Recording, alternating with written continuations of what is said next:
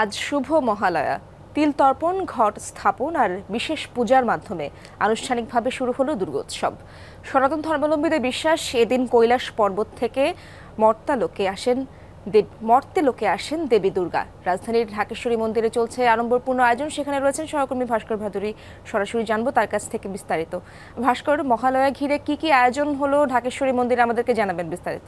ঈশ্বর, মহালয়া ঘিরে যে ধর্মীয় আচার আনুষ্ঠানিকতার যে পর্বগুলো রয়েছে, সেই ধর্মীয় আচার আনুষ্ঠানিকতার পর্বের মাঝে প্রথম দুটি পর্ব শেষ হয়েছে, অর্থাৎ চণ্ডীপাঠ এবং দেবী দুর্গার স্তুতির মাধ্যমে দেবীকে মর্তে আহ্বান জানানোর যে পর্বটি রয়েছে, সেই পর্ব ইতিমধ্যেই শেষ হয়েছে এবং তার পরবর্তীতে যে তিল যে তর্পণ অর্পণ, সেই তর্পণও অর্পণ করা হয়েছে এবং তার পরবর্তীতে এখন মূলত অন্যান্য যে আচার এবং আনুষ্ঠানিকতাগুলো রয়েছে, সেই আচার আনুষ্ঠানিকতার জন্য সনাতন ধর্মাবলম্বীরা কিন্তু অপেক্ষা করছে জাতীয় মন্দির ঢাকেশ্বরীতে।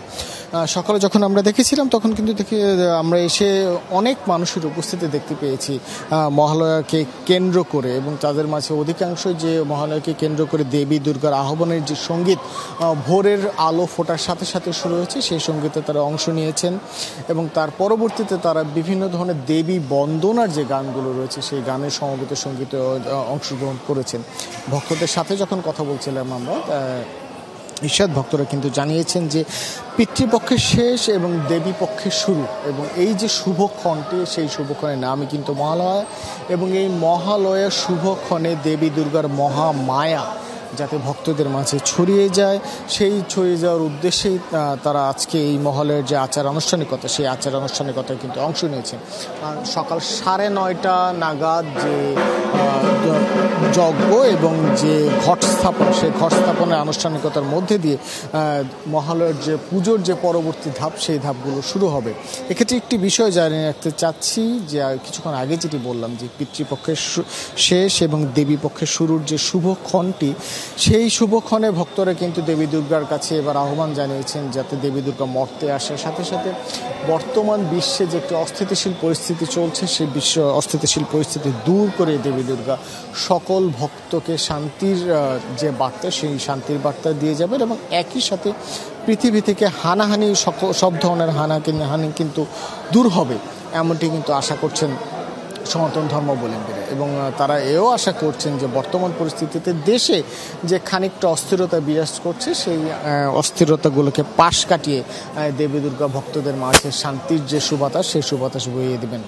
আর সবশেষ ভক্তরা আশা করছেন যে পঞ্জিকা মতে ঈশ্বর এবার দেবী দুর্গা দোলনায় চড়ে আসবেন, এবং হিন্দু সনাতন ধর্মাবলম্বীদের যে বিশ্বাস, এই দোলনায় চড়ে আসাটা খুব একটা শুভ লক্ষণ না। সেক্ষেত্রে পৃথিবীতে কিছু হানাহানির সংখ্যা বেড়েই থাকে।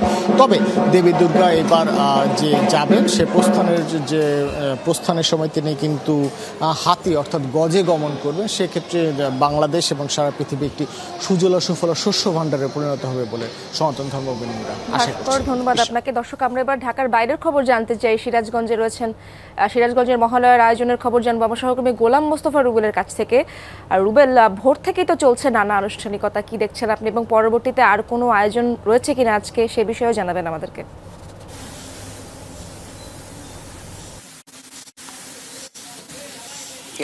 ইতিমধ্যে কিন্তু সিরাজগঞ্জের মহালয়ার যে মূল আয়োজন সেটি কিন্তু চলছে। তারা কিন্তু সেই সিরাজগঞ্জের সবচেয়ে কেন্দ্রীয় যে মন্দিরটি রয়েছে মহাপ্রভুর আখড়া, সেখান থেকে সকালে মূলত তাদের সূচনাটি শুরু হয়। ইতিমধ্যেই কিন্তু তারা সেই আয়োজনের মূল সূচনা যে প্রদীপ প্রজ্বলন, সেটির মধ্য দিয়ে তারা এখন বিভিন্ন ট্রাকে চড়ে শহরের বিভিন্ন মন্দিরে গিয়ে সেই তাদের যে শোভাযাত্রা সেটি শুরু করেছেন, এবং প্রতিটি মন্দিরেই কিন্তু মন্দির কমিটি যারা রয়েছেন তারা দাঁড়িয়ে আছেন, এবং তারা কিন্তু সেই মহালয়ার যে মূল সূচনার যে ক্ষণ, সেই ক্ষণটিকে উপভোগ করার জন্য এবং তারা দেবী দুর্গাকে স্বাগত জানানোর জন্য তারা অপেক্ষা রয়েছেন আমার সঙ্গে। এখন এই যে আমাদের আজকে মূলত যে আপনাদের আয়োজন মহালয়া, সেই মহালয়ার মধ্য দিয়ে মূলত আপনারা কি জানান দিতে চাচ্ছেন, এবং দেবী দুর্গার তো আজকে আগমন ঘটলো, আগমনকে কিভাবে আপনারা নিচ্ছেন? আজকে শুভ মহালয়া, আজকের এই দিনটাকে আমরা মনে করি পিতৃপক্ষ এবং দেবীপক্ষের একটা সন্ধিক্ষণ সময়।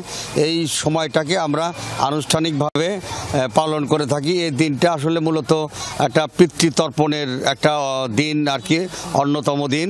আজকের দিনে মানুষ পিতার উদ্দেশ্যে, পূর্বপুরুষদের উদ্দেশ্যে তারা তর্পণ করে থাকে। তারা মনে করে যে এই তর্পণের মধ্য দিয়ে পূর্বপুরুষ যারা পৃথিবীর মায়া ত্যাগ করে পরলোকে গমন করেছেন তারা জল পায় এবং তারা শান্তি লাভ করে।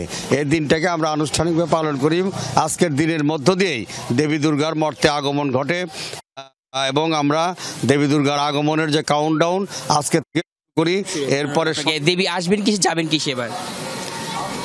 দেবী এবার দোলায় আসবে এবং যাবে হলো ঘটকে। ধন্যবাদ আপনাকে। দেখানোর চেষ্টা করি সেই তাদের যে মূল যে সূচনার সেই র্যালির যেটি, সেই র্যালির ট্রাকটি কিন্তু ইতিমধ্যেই প্রতিটি শহরের, অর্থাৎ সিরাজগঞ্জ শহরের প্রতিটি মন্দিরে মন্দিরে কিন্তু তাদের এইভাবেই কিন্তু শোভাযাত্রাটি হচ্ছে। সেই শোভাযাত্রার একটি অংশ আপনাদেরকে দেখানোর চেষ্টা করি যে মূলত এইভাবেই কিন্তু তাদের আজকে সেই মহালয়ার যে সূচনা, সেই সূচনাটি হচ্ছে এবং এই মহালয়ার সূচনার মধ্যে দিয়ে কিন্তু তারা আজকে দেবী যে রুবেল, বুঝতে পেরেছি। পরবর্তী খবরগুলো আপনার কাছ থেকে জেনে নেব। ধন্যবাদ আপনাকে।